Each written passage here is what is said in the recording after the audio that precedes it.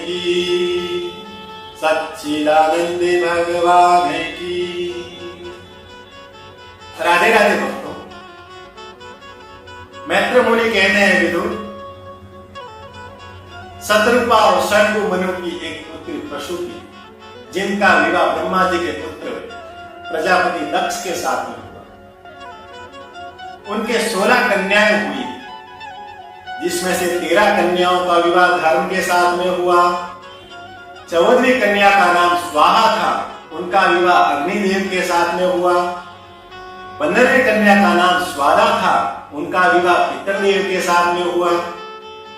16वीं कन्या का नाम सती था और उनका विवाह भगवान भोले शंकर के साथ में हुआ। बोलिए माता सती भोले शंकर की।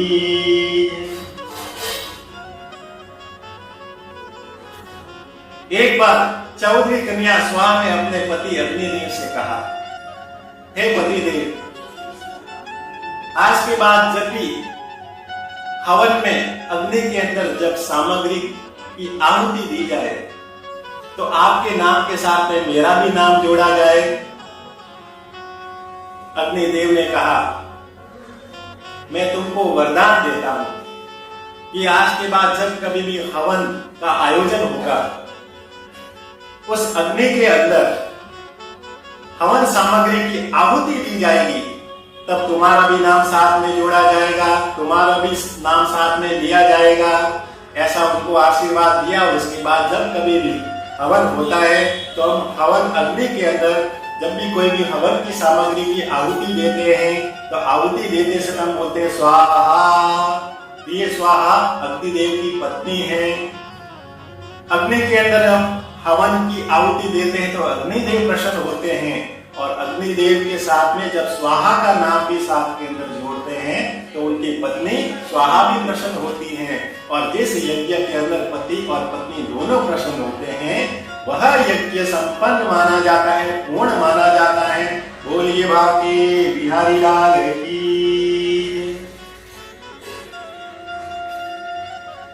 एक बार की बात है, दक्ष ने एक धर्म सभा का आयोजन किया। उस सभा में अनेक देवताओं, ऋषि, संतों, साक्षात ब्रह्मा जी, विष्णु और शंकर जी को भी निमंत्रण दिया। सभी वहां पर उपस्थित हुए। प्रजापति दक्ष को आने में थोड़ा सा समय था, तब अन्य सभी देवता आपस के अंदर बातें कर रहे थे, विचार विमर्श कर रहे थे। भगवान भोलेनाथ ने देखा कि यदि दक्ष को आने में समय है तो जिस स्थान पर बैठे थे वहीं पर समाधि में बैठे। तो जैसे ही प्रजापति दक्ष उस सभा के अंदर पधारे तो समस्त देवता, साधु, ऋषिगण उनके आदर सत्कार के लिए खड़े हुए, उनका सम्मान करने के लिए खड़े हुए, उनका स्वागत किया, आदर किया, सत्कार किया, सम्मान किया। परंतु दक्ष ने देखा कि भोलेनाथ तो अपनी समाधि में बैठे हुए हैं, ना खड़े हुए, ना किसी प्रकार का आदर सत्कार किया। तो दक्ष ने अपने आप को अपमानित महसूस किया और भगवान भोलेनाथ को भला बुरा कहने लगे। क्या तुम्हारे अंदर इतनी भी मर्यादा नहीं कि कोई राजा कोई आता है, कोई बड़ा आता है तो उसके सम्मान के अंदर खड़े होते हैं, उसका सम्मान किया जाता है, आदर सत्कार किया जाता है। दक्ष ने कहा, गृहीत्वा मृगयाल वाक्ष्या पाणी मर्कट लोचन प्रतुथ्या नाभि वादार्थे वाचाप्य कृत नोचितम। अरे कहां मेरी पुत्री मृग नयनी जैसी और कहां तुम मरकट लोचन बंदर की तरह। अरे वो तो मेरे पिता ब्रह्मा जी के कहने पर मेरी पुत्री, जो सुंदर पुत्री तुम्हारे साथ में विवाह करवा दिया, वरना तुमसे कौन विवाह करता है।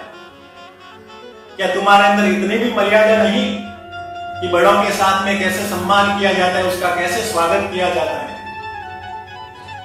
ब्रह्मा जी मेरे सम्मान में खड़े नहीं हुए क्योंकि वो मेरे पिता थे और पिता अपने पुत्र के सम्मान के लिए खड़े नहीं होते, उसका सम्मान नहीं करते। साक्षात नारायण भगवान विष्णु खड़े नहीं हुए क्योंकि वो मेरे भगवान है, मेरे इष्ट देव है और भगवान अपने भक्त के आने पर उसके स्वागत के लिए खड़े नहीं होते।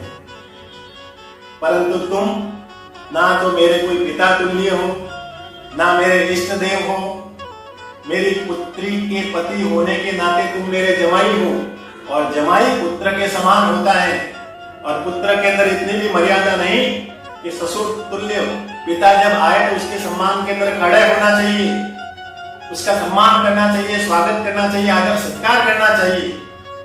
अरे खड़े नहीं हो सकते तो कम से कम बैठे बैठे वाणी से तो तुम सम्मान कर सकते थे। क्या तुम्हारे अंदर इतने भी मर्यादा नहीं?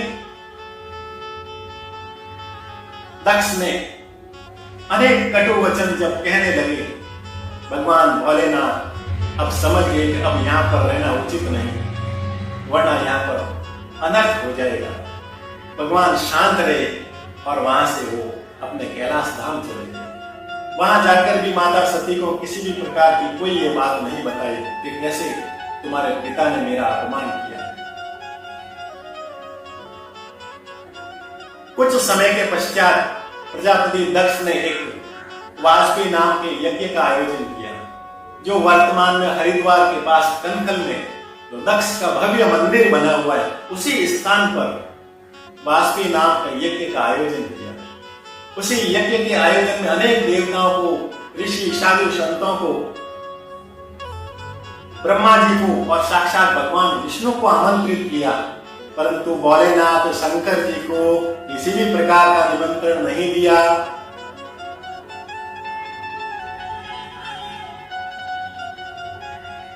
जब माता सती कैलाश पर बैठे बैठे उनकी नजरें आसमान पर पड़ी, आकाश पर पड़ी, तो आकाश में दिखा के अनेक देवी देवता अपने वाहन के अंदर उत्साहित होकर नाचते हुए वहां से गुजर रहे थे। तभी माता सती ने भोलेनाथ से कहा कि भोलेनाथ पतिदेव, आज देवी देवता अपने वाहन के अंदर कहां जा रहे हैं? इतने प्रसन्न क्यों नजर आ रहे हैं? इतने नाच क्यों रहे हैं? ऐसा उत्साह क्यों है? ऐसा क्या है? तब भोलेनाथ ने कहा आपके पिता ने यज्ञ का आयोजन किया है, उसके अंदर सभी उपस्थित होने के लिए जा रहे हैं। बोली वाके बिहारी लाल की। अपने पिता का नाम सुनते ही माता सती प्रसन्न हो गई और कहने लगी, पतिदेव हे प्रभु, हम भी जाएंगे अपने पिता के घर, इतने बड़े यज्ञ का आयोजन हो रहा है, हम भी जा रहे हैं, चलो चलो तैयार हो जाओ। भोलेनाथ ने कहा नहीं, हम नहीं जा सकते, उनको निमंत्रण मिला है इसलिए जा रहे हैं, हमको निमंत्रण मिला नहीं तो हम क्यों जाए? माता सती ने कहा कि ऐसा कैसे हो सकता है? देवताओं को निमंत्रण मिला और अपने पुत्री को नहीं मिला, जमाई को नहीं मिला, ऐसा नहीं हो सकता है। प्रभु आपको जरूर निमंत्रण मिला होगा, चलो चलो हम अपने पिता के घर यज्ञ के अंदर आयोजन होने के लिए, उपस्थित होने के लिए चले। जब बार बार जाने की जिद करी थी तो भोलेनाथ ने पूरा वृतांत सुनाया, पूरी घटना सुनाई कि मुझे हम दोनों को निमंत्रण क्यों नहीं मिला है।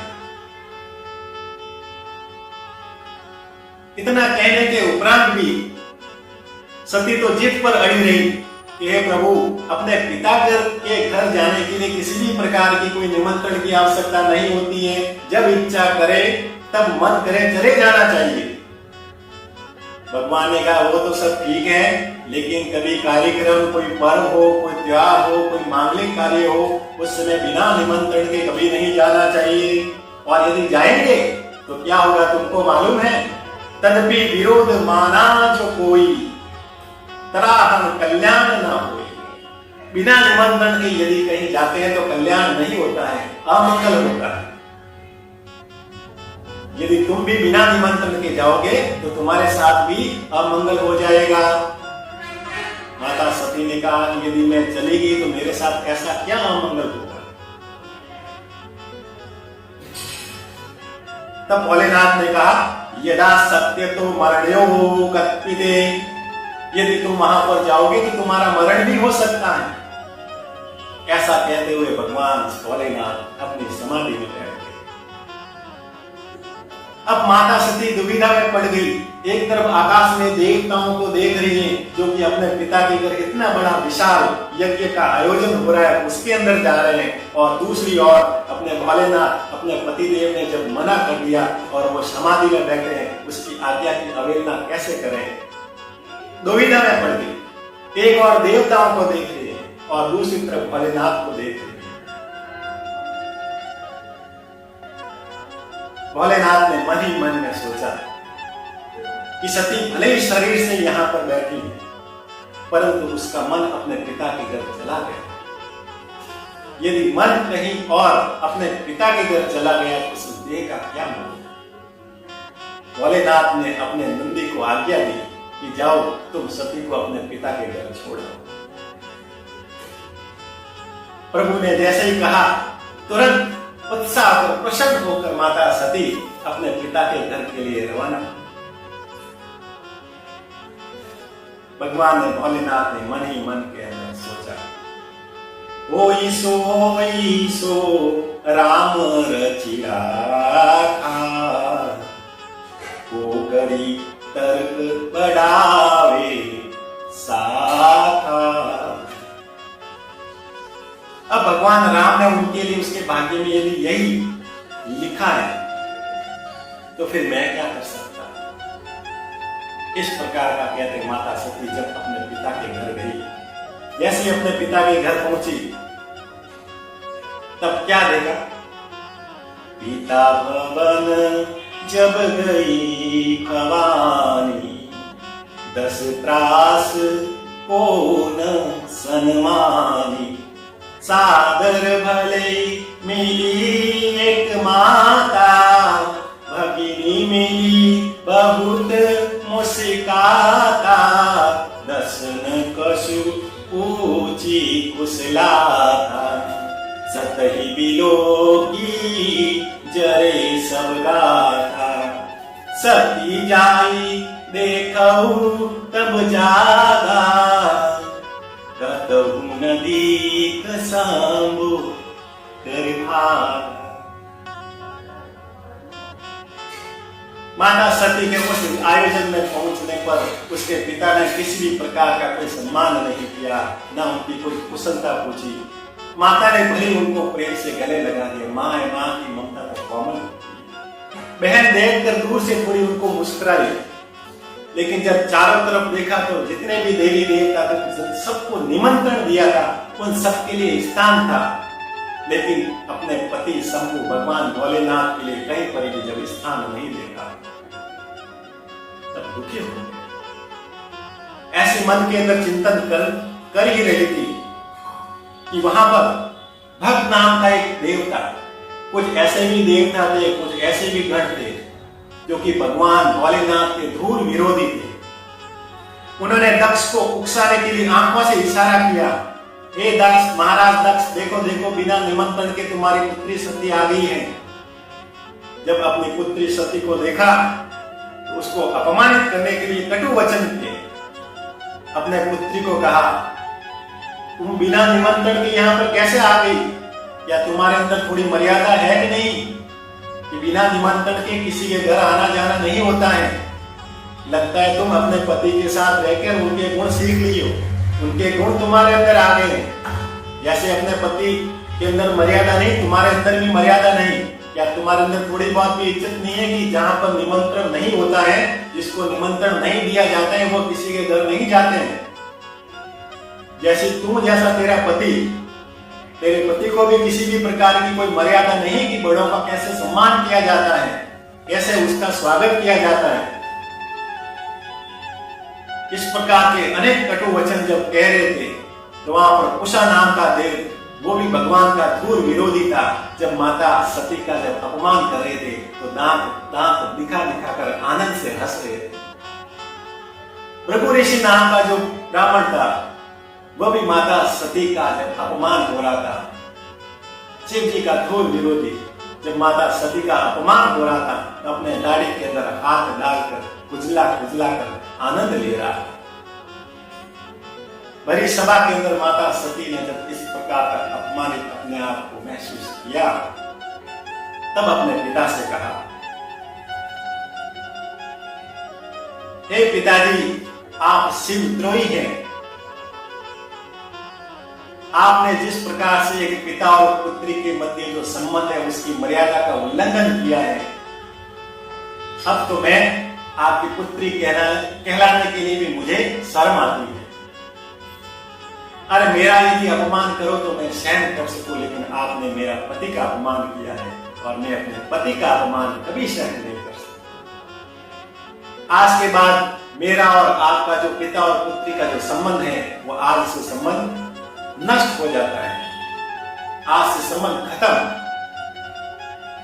आपके दिए गए इस शरीर को मैं आज ही समाप्त करके अपना जो आपका संबंध है मेरे साथ में उसको मैं आज ही समाप्त कर दूं। ऐसा कहते हुए माता सती जहां पर यज्ञ आयोजित हो रहा था उस यज्ञ के पास में बैठ गई, अपने योग से अग्नि को प्रज्वलित किया और मन ही मन के अंदर भगवान भोलेनाथ को याद किया।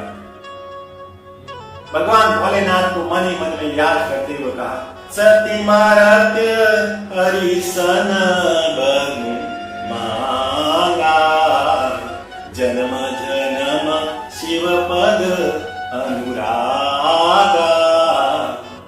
माता सती ने मन ही मन के अंदर कहा कि जन्म जन्म मेरा शिव जी के चरणों में अनुराग रहे, मेरे जीवन पर भगवान शिव जी के चरणों में मेरा जीवन में व्यतीत रहे और हर जन्म के अंदर मैं शिव जी को पति के रूप में पाऊं। ऐसा कहते हुए माता सती अग्नि के अंदर प्रवेश करके अपने शरीर को वहीं त्याग दिया, अपने प्राणों को त्याग दिया, अपने देह को वहीं त्याग। माता सती के इस प्रकार से देह को त्यागने पर चारों ओर अफरा तफरी मच गई, हाहाकार मच गया। भय के मारे देवता और अन्य इधर उधर भागने लगे। नंदी भी वहां से गया और देव ऋषि नारायण भोलेनाथ के पास में गए और भोलेनाथ को जब पूरा वृत्तांत सुनाया, किस प्रकार से दक्ष ने माता सती का अपमान किया, आपका अपमान किया और आपके अपमान को सहन न कर सकी और माता सती वहीं अग्नि के अंदर अपने देह को त्याग दिया। जैसे सती को देह को त्याग दिया की सूचना जब समाचार और ऐसी बात सुनी तो भगवान भोलेनाथ क्रोध से तेज प्रचंड क्रोध में आए और अपनी जटाओं में से एक बाल को जमीन पर पटका। उसके जमीन पर पटकने से वहां से उसमें से एक वीरभद्र नाम का गण प्रकट हुआ। उसके अंदर रुद्र मुंड मालाओं की माला पहनी हुई थी। भगवान को उन्होंने प्रणाम किया और बोला कि हे भगवान मेरे लिए क्या आदेश है। भोलेनाथ ने अपना त्रिशूल वीरभद्र को दिया और कहा कि तुम भूत गण और पिशाचों के साथ में जाओ और जहां पर दक्ष ने यज्ञ का आयोजन किया है उस यज्ञ को अस्त व्यस्त कर दो।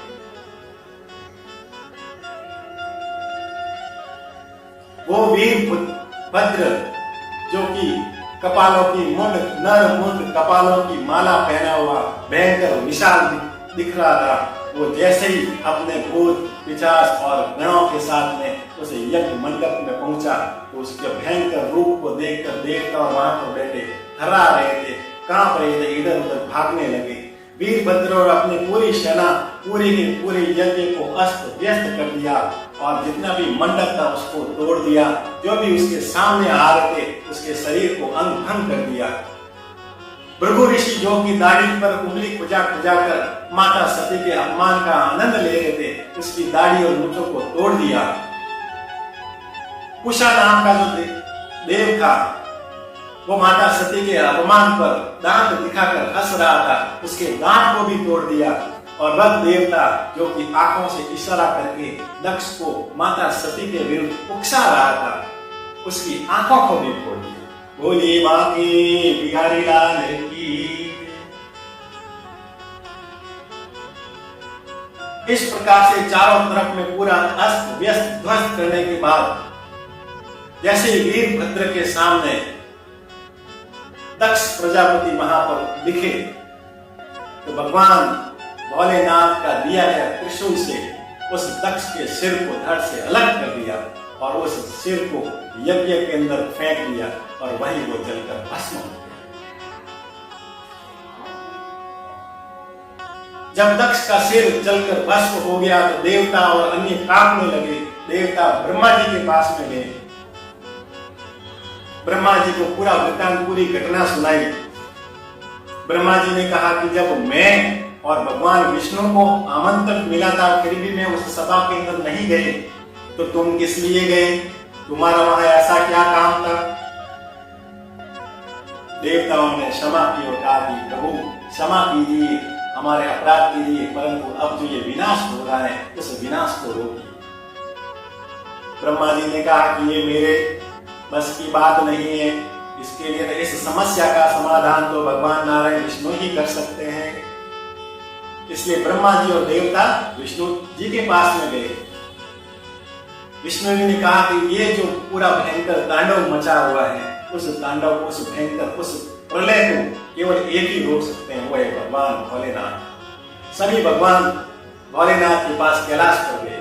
देवता ब्रह्मा जी और नारायण भगवान भोलेनाथ को जब देखा तो भगवान भोलेनाथ क्रोध के अंदर तांडव नृत्य कर रहे थे। भगवान भोलेनाथ के इस क्रोध को शांत करने के लिए सभी ने स्तुति की।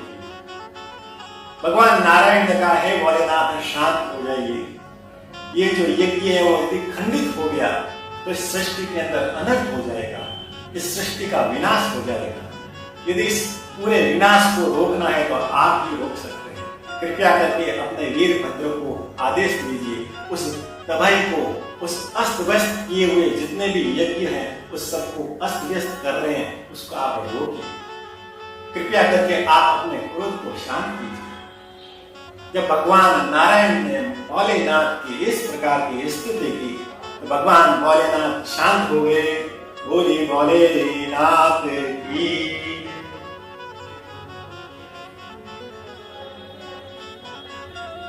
जब भोलेनाथ शांत हो गए तब दक्ष का जो सिर था वो हमेशा हमेशा के लिए जलकर भस्म हो गया, तो उसकी जगह पर बकरे का सिर लगाया गया।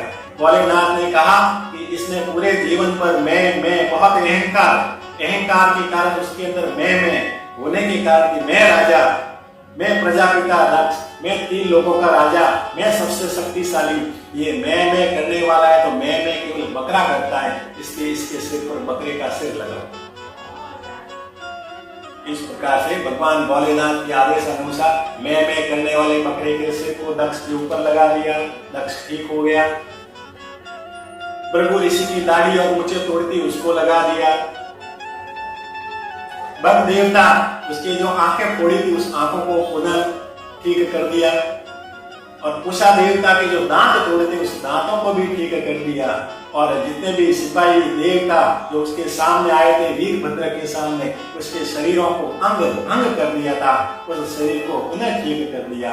और इस प्रकार से पूरा को पूरा भगवान जब शांत हुए तो पूरे वातावरण को जब शांत कर दिया तो पुनः वहां पर देवता, साधु, संत, ब्रह्मा, विष्णु और शंकर जी के सानिध्य के अंदर वाजपेयी यज्ञ का आयोजन हुआ और पूर्ण रूप से ये वाजपेयी विशाल रूप से शांतिपूर्ण हुआ और संपन्न हुआ। बोले भोलेनाथ की।